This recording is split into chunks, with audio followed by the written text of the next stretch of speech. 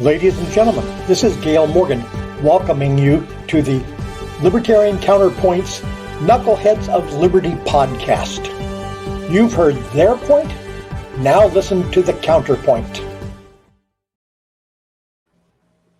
Welcome to the Knuckleheads of Liberty podcast. We are coming at you on May 26, 2021. Lots of crazy stuff going on ever since we started the show a little over a year ago. Just nonstop. But before we jump into any of that, let me introduce you to our panel. In our upper left-hand corner, we have our screaming eagle of freedom, Tim Everett. He is a pilot in the state of California. In our upper right-hand corner, we have Leon the Word Brathwaite, last word in Liberty. He is a retired engineer in the state of California. My name is Jason McPhee, and I'll be your host today.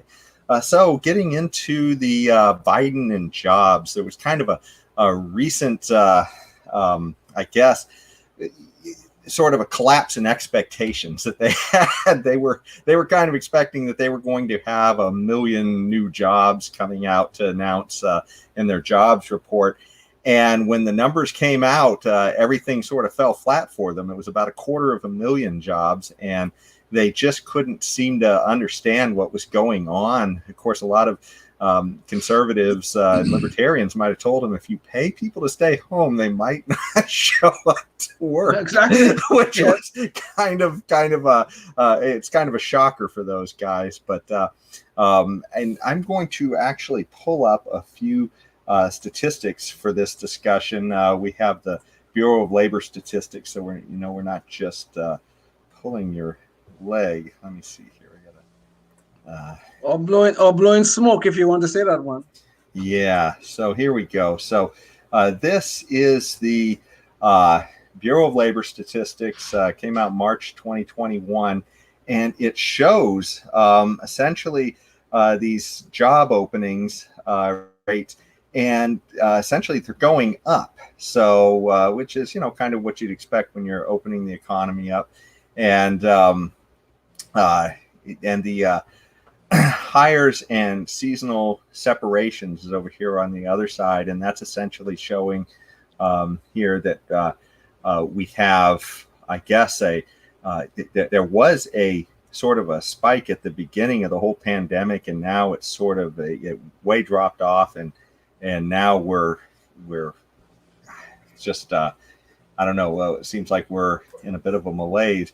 Then this particular BLS is from April of 2021, and it shows the unemployment status. And this is specifically showing here that we had this spike in unemployment around the beginning of the pandemic, and it's falling off, but it's sort of at much higher level, around 6% than the less than 4% that we had before the pandemic.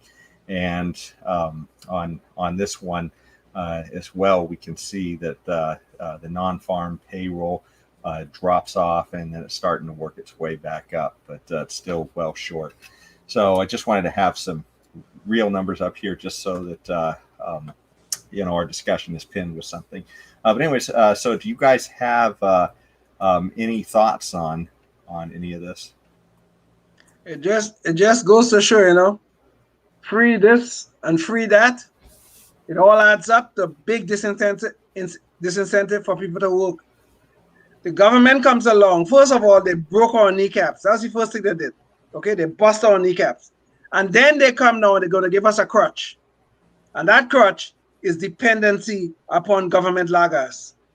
We are seeing it is now more profitable for people to stay at home than to go to work.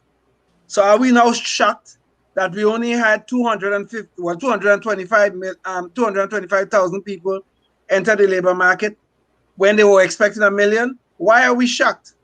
Everybody was telling, every economist, probably except Paul Krugman, was saying publicly, these unemployment payments that we are making, though some people needed it, but the massive amounts that we were paying out,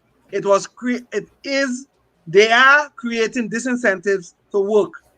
And right now, this thing is going to go on until September. So don't expect any changes in this thing until after these things run out. It is more profitable to stay home, to sit on your behind, than to go to work. And this, we can thank our beautiful, wonderful government for this. Well, not only the beautiful, wonderful government, but the beautiful, wonderful Democrat government. Because if there's a disincentive going on here, it's to vote Republican next time. Because when you vote Democrat, you get to stay home for free and paid to do it. So that could be motivation for the Democratic Party to, just give a little bit more of this. It's not coming from the DNC or anybody privately. It's all coming from, again, the Federal Reserve is buying up the debt of the United States, and it's not paid from taxes. It's 100% being paid from debt. So it's important to keep this in mind, I think. And so the Democrats get a free campaign slogan to work on next in the next campaigns upcoming. Well, actually, it's the same old slogan, right? Free stuff. Yeah, free stuff. Exactly. Free stuff. Exactly. Yeah, exactly. That's it. If you vote for us, you get free stuff. There you go. That's the slogan. They should just put that on their whole campaign. I mean, because that's what it really is. I mean, they may try to sugarcoat it in other ways, and there's no sweat off anybody's brow because it's all coming. It's sweat off somebody's brow, but somebody in the future has to pay for all the debt eventually, one way or another. And so here we go. One of the things I wanted to point out too was the trend here, and I'm not sure. Can you guys see my mouse moving on the chart? Yes, we can. Yes. So if you notice it, we hit this, pit, essentially a crater, of I guess a drop in jobs, which corresponds to the spike in unemployment there. But this is right around the time of April, right when the lockdown started, right? So you expect people going home; they're not going to work by government decree. Remember, this wasn't just like the economy naturally responded this way. This was government edict.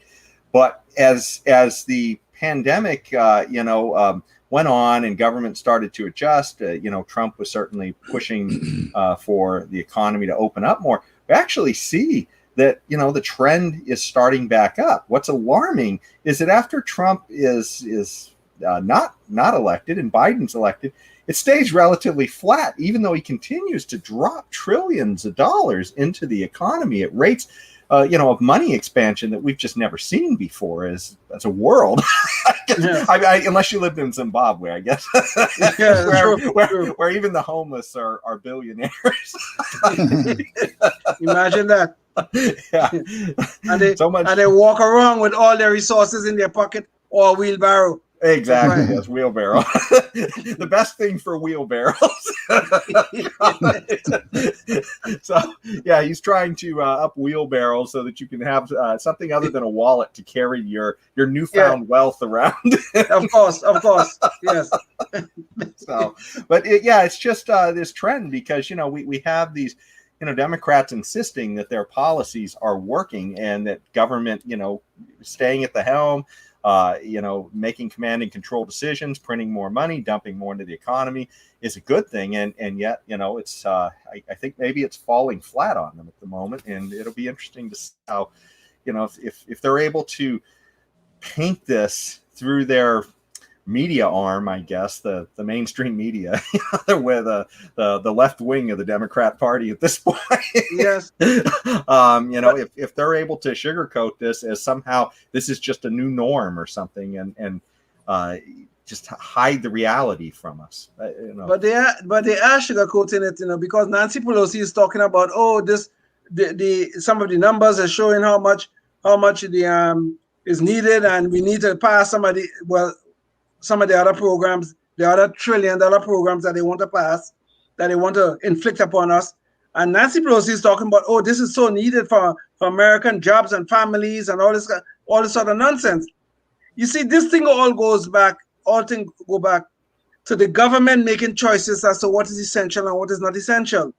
They could lock us down, they could break our knees and then tell us, well, here's a crutch to get us to get us going again. But what they are doing, and Tim is correct, is they're creating this sense of entitlement, creating this sense of dependency.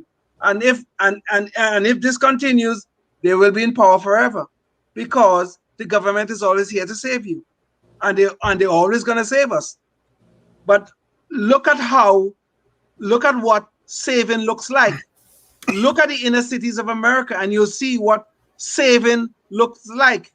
When these people save you, you end up living in south side of Chicago or some other place equivalent to it.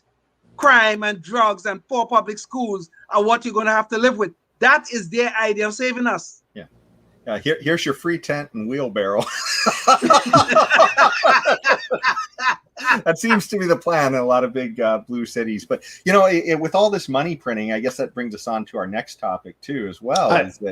I would just like to say something about the last. I think the reason why they flattened out with the unemployment being higher and the employment being lower than the previous norms is just because the people that were affected with the low wage, low income people that were affected are still staying home because the amount of money they're giving them is enough to make it worthwhile. So I think it just shows that segment of the population. Because they're not going back to work is indicative of, just they're right at the margin between working or getting government handout being adequate, for somebody like, somebody in the higher income levels, that's, that wouldn't be adequate. They would immediately go back. Well, to bolster what you're saying, I mean, there's been stories of fast food places paying people just to come in for an interview. Exactly. Which is unheard of. I mean, when I was a kid applying for my first job at a fast food place, they certainly weren't paying me just to show up and talk to them. Yes, to talk to them. Exactly. Which is kind of unbelievable when you think about it. I mean, you hear about bonuses, some of these NFL players or NBA players, they have bonuses, signing bonuses and all that kind of stuff and things like that. Now we're hearing about signing bonuses or bonuses for interviewing and all this sort of things. It's unbelievable. But I can see why it is happening, and Tim is correct. That the low skill workers, low wage workers are really coming out like a bandit in these with these unemployment payments that are being made. Because I think in one of those articles, Jason, that you sent with this for discussion of this topic, I think Reason Magazine or somebody calculated that people are now averaging about with the federal and the state unemployment payments, people are making the equivalent of about $15 an hour. So if you're making below $15 an hour, you have every incentive to stay home and take the money. Mm-hmm. Yeah, it's like a paid vacation almost that you would have never imagined. But the sad thing is, though, is that when you take a hit to when you're young and you take a hit to your employment record, that's not good. I mean, you wind up having a gap that you have to explain in the future. Exactly. And it's also time too that your skills are not growing. And that's what leads people to, it's funny, when Democrats are big on pushing for the price floor of the minimum wage. And most economists will tell you, when you ask them neutrally, are price floors or price ceilings good? In other words, price controls. They'll say no. And I mean, that's almost across the board. Then some of them that, tend to favor the left, they'll sort of waffle on issues like, price floors for minimum wage and stuff, because that tends to favor their group. But as far as these issues, the majority of people, when they go into the labor force, they're not protected by that price floor. Literally, it's only a few percent. It's under 5% of people who actually are at the price floor. Almost everybody else is making more than minimum wage to some degree.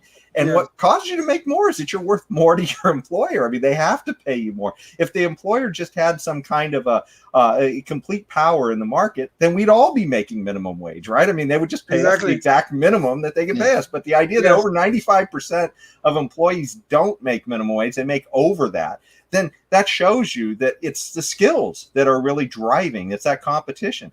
And when you have a gap in your labor skills as you're coming up, that is going to deter your long-term growth and those skills that you're going to develop. That's going to hold you back from where you're going to get to in the long run. So I mean, well, maybe thing. they'll make it a positive. They'll say to their future employer, "Look, I made an executive decision about whether I should work and make the same amount or just take a handout from the government." Yeah, they'll see you can do math.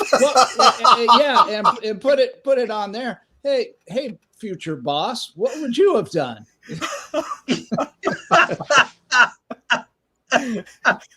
Yes. That's a good math test.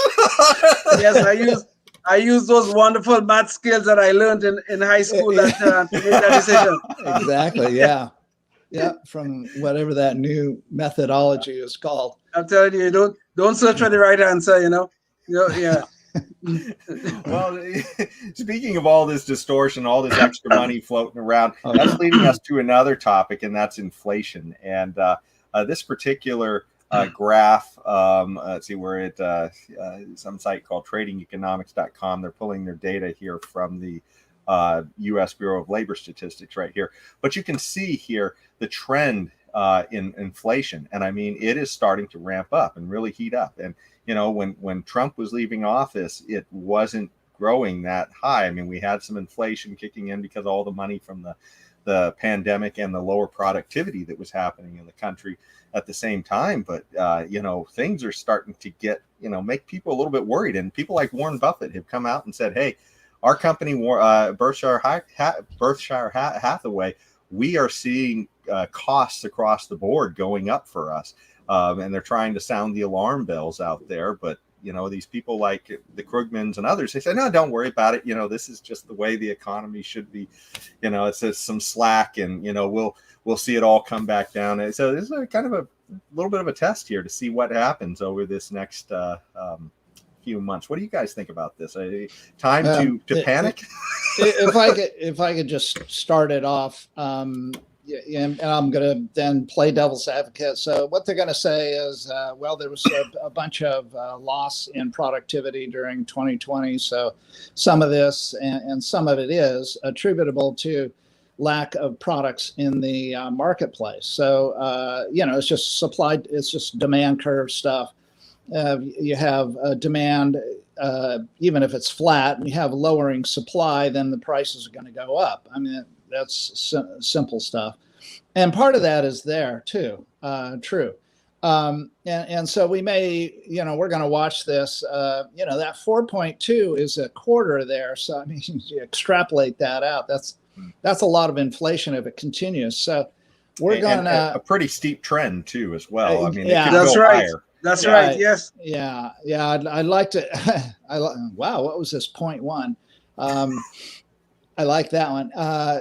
And the Keynesians are going to go, oh my God, we might have deflation. We can't have that. Oh, the horrors. Oh, you mean my TV set is going to be less costly in the future? I'll never buy stand for that. Again. Oh, I can't stand it.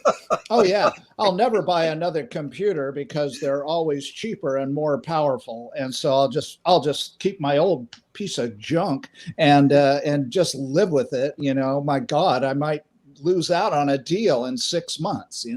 I mean, it's just that's Keynesian thinking, though. Idiotic, if you ask me. But the sticky wages issue. That's what they're sticky. On. Sticky. Yeah, stick this one time. And so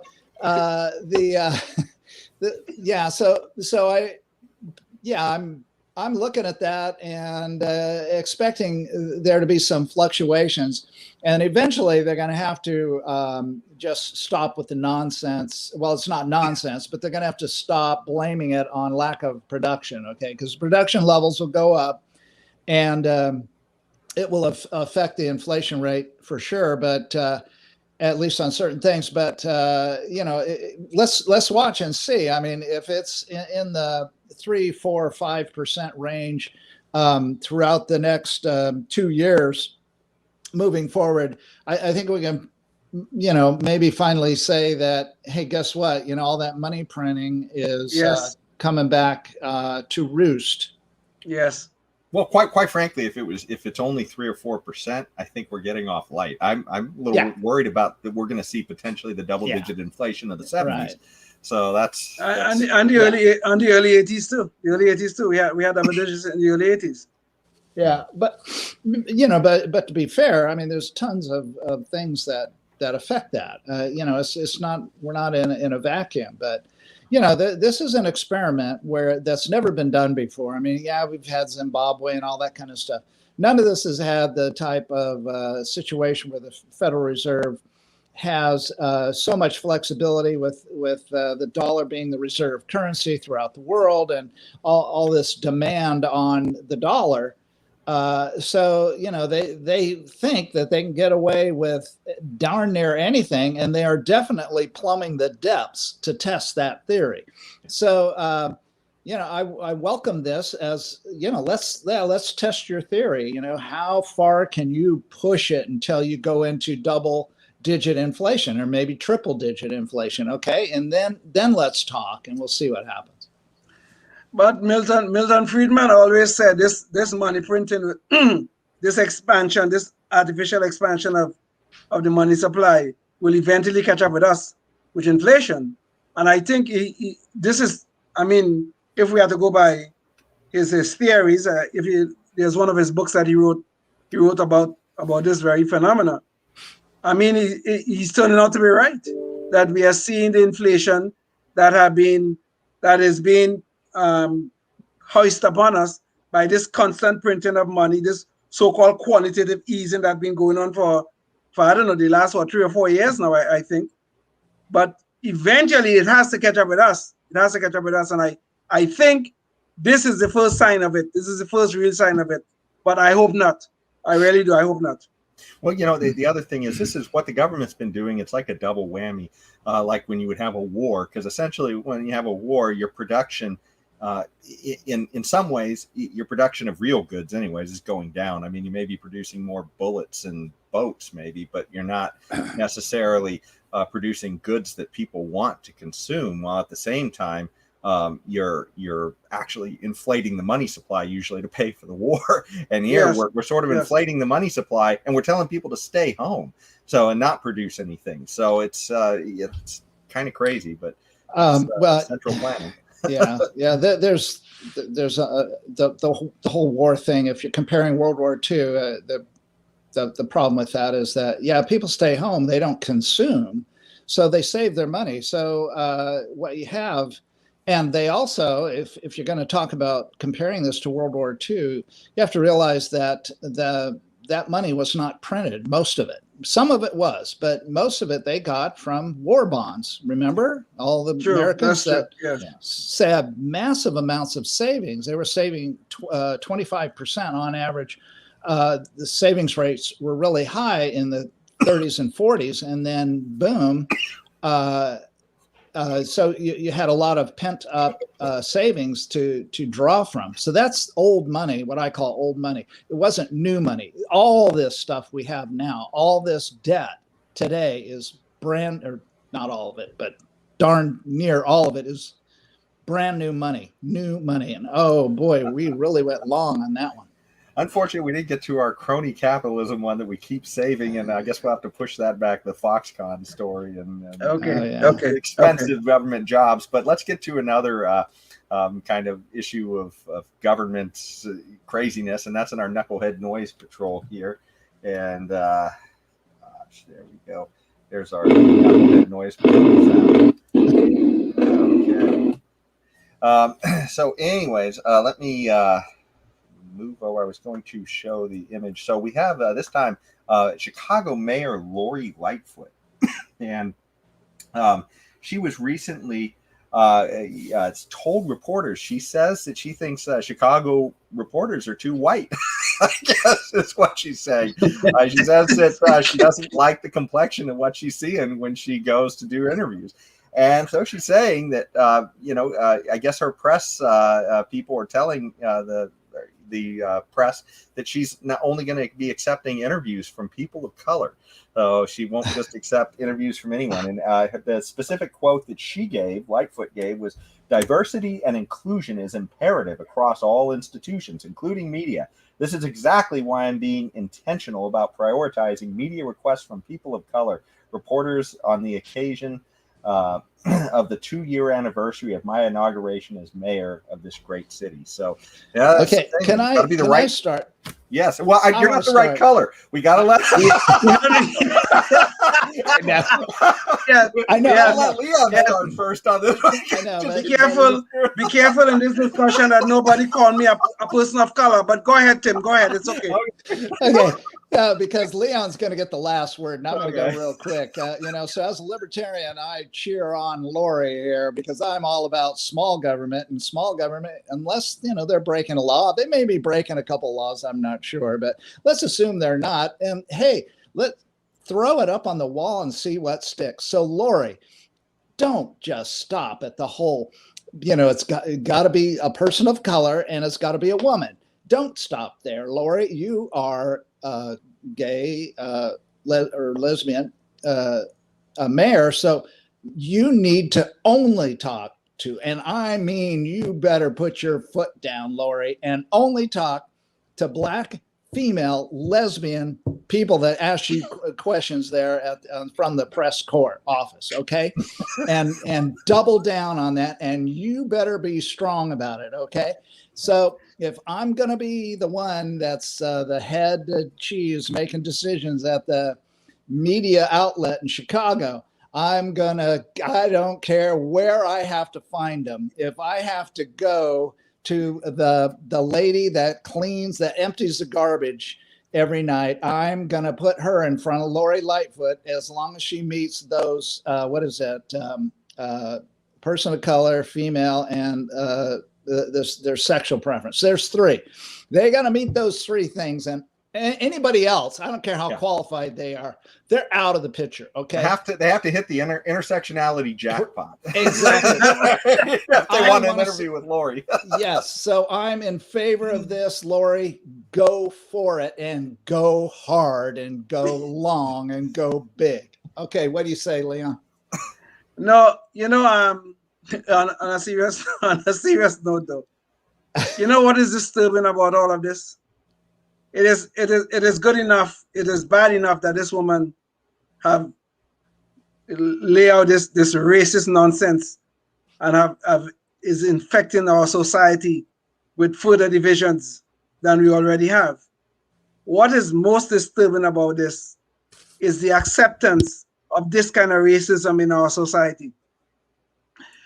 George Wallace said, segregation today, segregation tomorrow, segregation forever. And we are now living that vision where we have elected officials. Now listen, this is a government official endorsing discrimination. That's what she's doing.